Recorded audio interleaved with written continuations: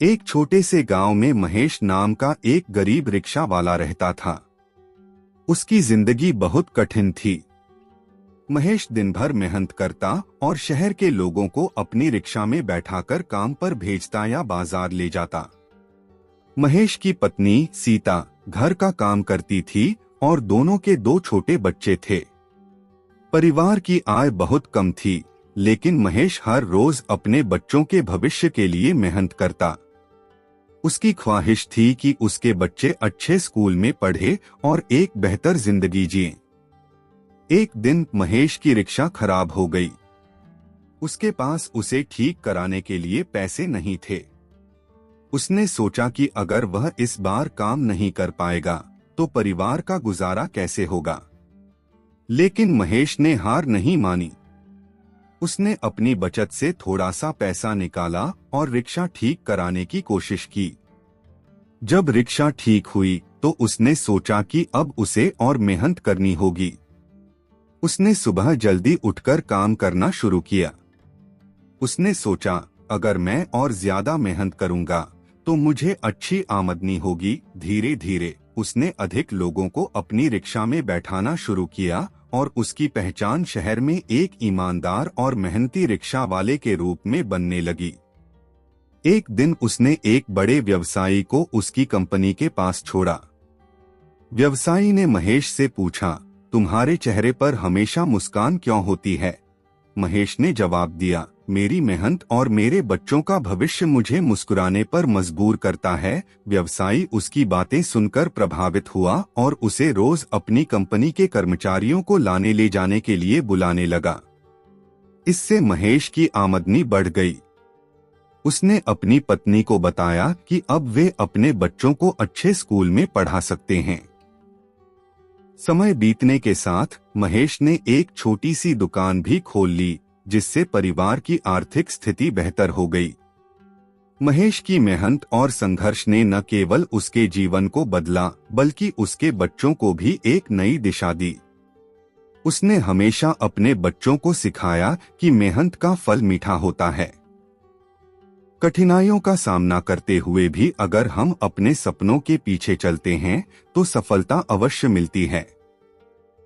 कभी हार नहीं माननी चाहिए, क्योंकि मेहनत हमेशा रंग लाती है। एक गांव में एक गरीब किसान रहता था, जिसका नाम रमेश था। रमेश की एक छोटी सी जमीन थी, लेकिन वह बहुत मेहनती था। एक दिन उसने एक धनी जमींदार को देखा जो अपनी जमीन पर काम करने के लिए नौकर की तलाश में था। रमेश ने सोचा, अगर मैं उस जमींदार का नौकर बन जाऊं तो मुझे अच्छा वेतन मिलेगा। रमेश ने जमींदार के पास जाकर कहा, बाबूजी, मैं आपके लिए काम करना चाहता हूं। मैं बहुत मेहनती हूं और आपके काम को जल्दी खत्म कर दूंगा। जमींदार ने उसकी बातों पर विश्वास किया और उसे अपने घर बुला लिया। जमींदार का एक चतुर नौकर था, जिसका नाम मोहन था। मोहन को रमेश की मेहनत से जलन हुई। उसने सोचा, मैं इस नए नौकर को सबक सिखाऊंगा। एक दिन मोहन ने रमेश से कहा, अगर तुम मेरे काम को अच्छे से करना चाहते हो तो तुम्हें जमींदार के खाने में कुछ विशेष मिलाना होगा, ताकि वह तुमसे खुश हो जाए। रमेश ने सोचा, ये तो आसान है। रमेश ने जमींदार के खाने में कुछ स्वादिष्ट मसाले मिलाए। जमींदार को खाना बहुत पसंद आया और उसने रमेश को बहुत सराहा। मोहन ने यह देखकर सोचा, अब मुझे कुछ करना होगा। मोहन ने जमींदार के सामने एक योजना बनाई। उसने कहा, बाबूजी, मुझे लगता है कि रमेश आपके लिए काम नहीं कर रहा। वह आपकी चीजें चुराने की कोशिश कर रहा है। जमींदार को विश्वास नहीं हुआ, लेकिन उसने रमेश को बुलाया। रमेश ने हिम्मत नहीं हारी। उसने जमींदार से कहा, बाबूजी, मोहन मुझसे जलता है। मैंने आपके लिए काम किया और आप जानते हैं कि मैंने आपका खाना कैसे बनाया। जमींदार ने रमेश की बातों पर ध्यान दिया और मोहन को सावधान किया। धीरे धीरे रमेश अपनी चतुराई से जमींदार का विश्वास जीतने में सफल हो गया। उसने मोहन को उसकी चालाकियों के लिए सबक सिखाया और जमींदार ने रमेश को अपना सबसे भरोसेमंद नौकर बना लिया। इस तरह रमेश ने न केवल अपनी मेहनत से सफलता पाई, बल्कि मोहन को भी उसकी चतुराई से हराया। मेहनत और चतुराई से हम किसी भी मुश्किल को पार कर सकते हैं।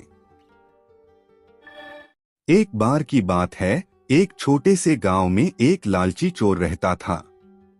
उसका नाम था जग्गू। जग्गू हमेशा सोचता था कि कैसे वह जल्दी अमीर बन सकता है। उसे अपनी मेहनत से काम करने में कोई रुचि नहीं थी।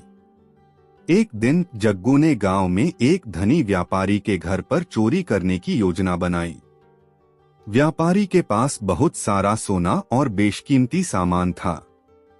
जग्गू रात के अंधेरे में चुपचाप व्यापारी के घर में घुसा। उसने चारों ओर देखा और उसके मन में सोने की चमक ने लालच जगा दिया। जग्गू ने एक बड़ा बक्सा खोला और उसमें से सोने के सिक्के भरने लगा। अचानक उसे लगा कि कोई आ रहा है। उसने जल्दी से बक्सा बंद किया और भागने लगा। लेकिन बाहर निकलने से पहले उसकी नजर एक और बक्से पर पड़ी, जो और भी बड़ा और भरा हुआ था। लालच में आकर उसने वह बक्सा भी ले लिया।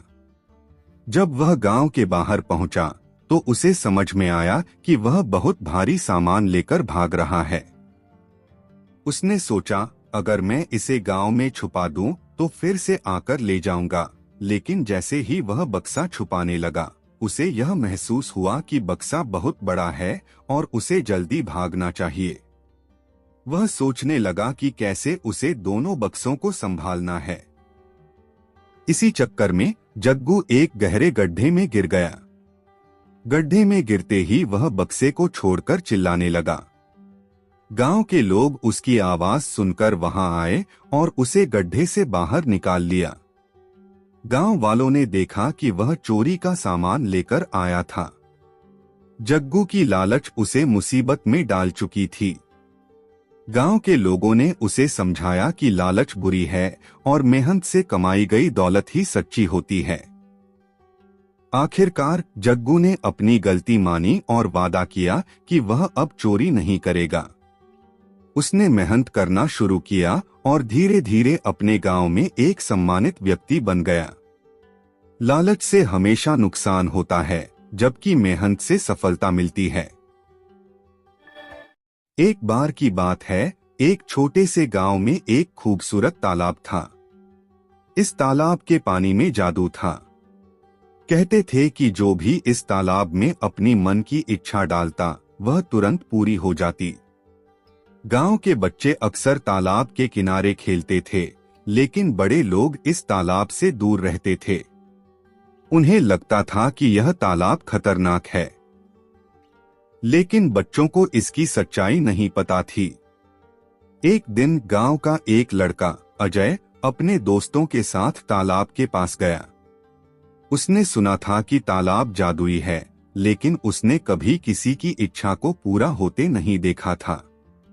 अजय ने सोचा, अगर यह सच है तो मैं अपनी सबसे बड़ी इच्छा मांगूंगा। उसने आंखें बंद की और सोचा, मैं चाहता हूं कि मैं बड़ा जादूगर बनूं।